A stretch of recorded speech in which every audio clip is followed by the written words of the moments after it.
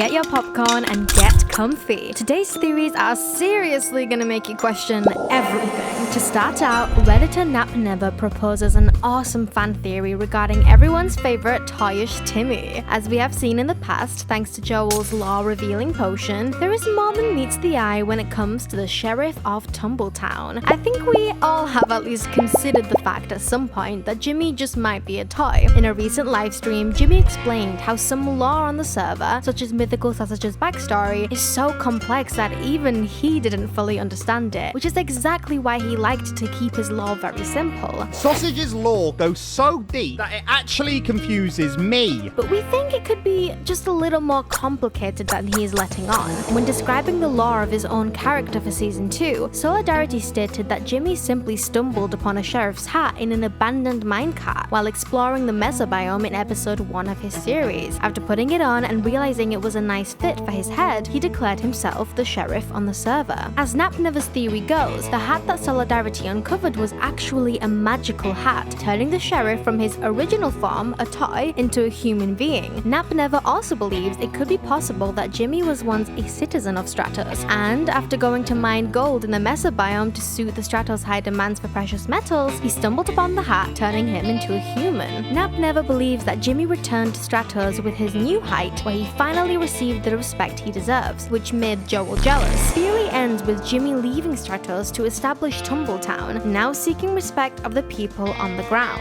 The best evidence for this theory is because of how protective Jimmy is of the sheriff's hat while on the server. In episode 7 of his series, Sheriff Jimmy arrested Joel and placed him in prison, but after the God of the Sky escaped through the iron door, he killed Jimmy and stole his hat, much to the dismay of the lawman. I need that back right now. There's a snake. No, say you're a tie. No, please. As Reddit user Asterreal21 points out, during episode 8 of his series, Jimmy specifically creates a law on the server forbidding anyone from stealing other people's hats. An oddly specific rule that really only applies to Jimmy since he's one of the only ones with a hat, don't you think? What if, after a long enough period of not wearing the hat, Jimmy would revert back to his toy form? Redditor Wing_Wish_Wolf points out something peculiar in Mythical Sausage's 17th episode of his series. After falling asleep at the end of episode 16, Sausage awoke in a summoning circle, clearly located in his Empire of the Mythlands from season 1. Sausage soon discovered that he was unable to move out of the circle or return to his world, so he began calling out to Bubbles, his dog, for help. Soon, Sausage was paid a visit by Bubbles, but not the one he knew from the sanctuary. Instead, this Bubbles appeared to be the companion of Lord Sausage of Mythlands from season 1 of the SMP, and she revealed to Sausage, who has the magical ability to speak with animals, that all Bubbles are physically connected across time and space. This Bubbles helped Sausage return to the future, but there was something a little off about her. You see, Wing_Wish_Wolf noticed that this Bubbles had a grey collar, which sits in direct contrast with the collar colour that Lord Sausage's Bubbles had from the previous season, which was pink. After Lord Sausage was uncorrupted by Wisp Gem in season 1, Sausage was pulled into the spirit realm where he travelled to 6 of his past series to collect alternate versions of his dog to form into one larger council of Bubbles. But none of those Bubbles have ever been seen with a grey collar. Every Bubbles from every reality had a collar of a different colour, but still no grey. So is the grey Bubbles the same Bubbles from season 1 or a different Bubbles entirely? Can Sausage even trust this new variant of Bubbles? Only time will tell. This next theory comes from Reddit user Pokeling209 regarding everyone's favourite cat on the server, LD Shadow Lady. We know that, according to episode 9 in Lizzie's series, Lizzie of Animalia has been hiding her true identity as a cat this entire time, which comes as no surprise considering the heaping helping of evidence there was, as we have discussed in the past, such as her love of fish or the fact that she goes around wearing a massive Lizzie head. In the same episode, however, Lizzie reveals another interesting tidbit about her character.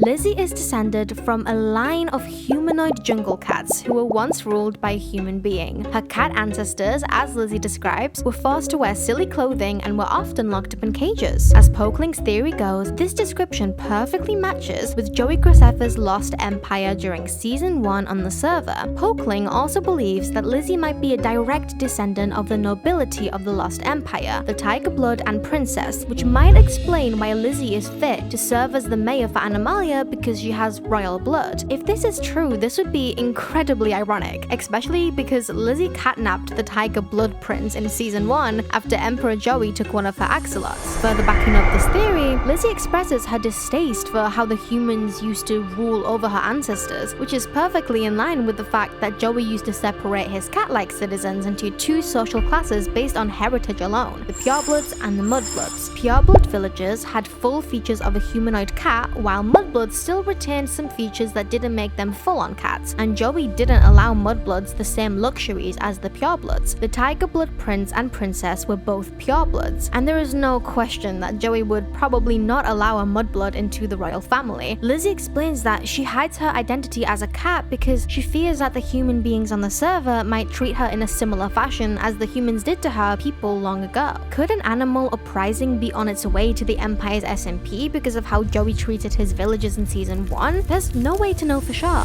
Reddit user Calico Quartz theorizes that Lady Catherine of the Overgrown and Princess Catherine of Glimmergrove are one and the same. Well, sort of. You see, Calico believes that Princess Catherine could be the reincarnation of Lady Catherine, and that the Overgrown would one day become the kingdom known as Glimmergrove. We know that, according to episode 4 during Catherine's season 1 series, Lady Catherine stumbled into a hidden grotto and was chosen by the Spring, a mysterious force connected to the land of the Overgrown, to be the guardian over the land. We also know that in episode 28 of season 1, the Spring requested that Lady Catherine re-establish the Council of Cats in the Overgrown to protect the Empire from creeper infestations. In her final episode of the series, the Spring informs Lady Catherine that her empire is about to be destroyed, and there's nothing she can do to stop it. But the Spring gives Catherine the life seed as a final bit of hope for her empire. Surely enough, after the Gremlin's explosion, a series of earthquakes rattled to the Overgrown, causing unprecedented destruction to her empire. While Catherine was able to rescue the Council of Cats and Muffin, her pet cat, she was unable to save her empire. Catherine tried planting the life seed to restore her kingdom, but she left before she discovered that it had blossomed into a large flower. Calico's theory suggests that since Catherine gave up her title as guardian of the overgrowth and left her kingdom forever, she was not there to tend to the new flower, so it withered away, making it too late for the overgrown to return. However, Calico believes that the Council of Cats and Muffin banded together with the villagers of the overgrown in an attempt to rebuild their kingdom, renaming it Glimmergrove over the years. However, their land was now cursed with earthquakes since the life seed never took full effect, causing the earthquakes to continue on and off for over 1,000 years. Calico states that Lady Catherine would go on to be reincarnated as Princess Catherine of Glimmergrove, and the greatest earthquake of them all occurred at the moment of her birth, destroying the kingdom once again and killing many of its citizens. Lady Catherine's goal is to restore her kingdom to its former glory this season on the SMP. So you might say, by Princess Catherine restoring Glimmergrove, Lady Catherine is redeeming herself for leaving the overgrown behind.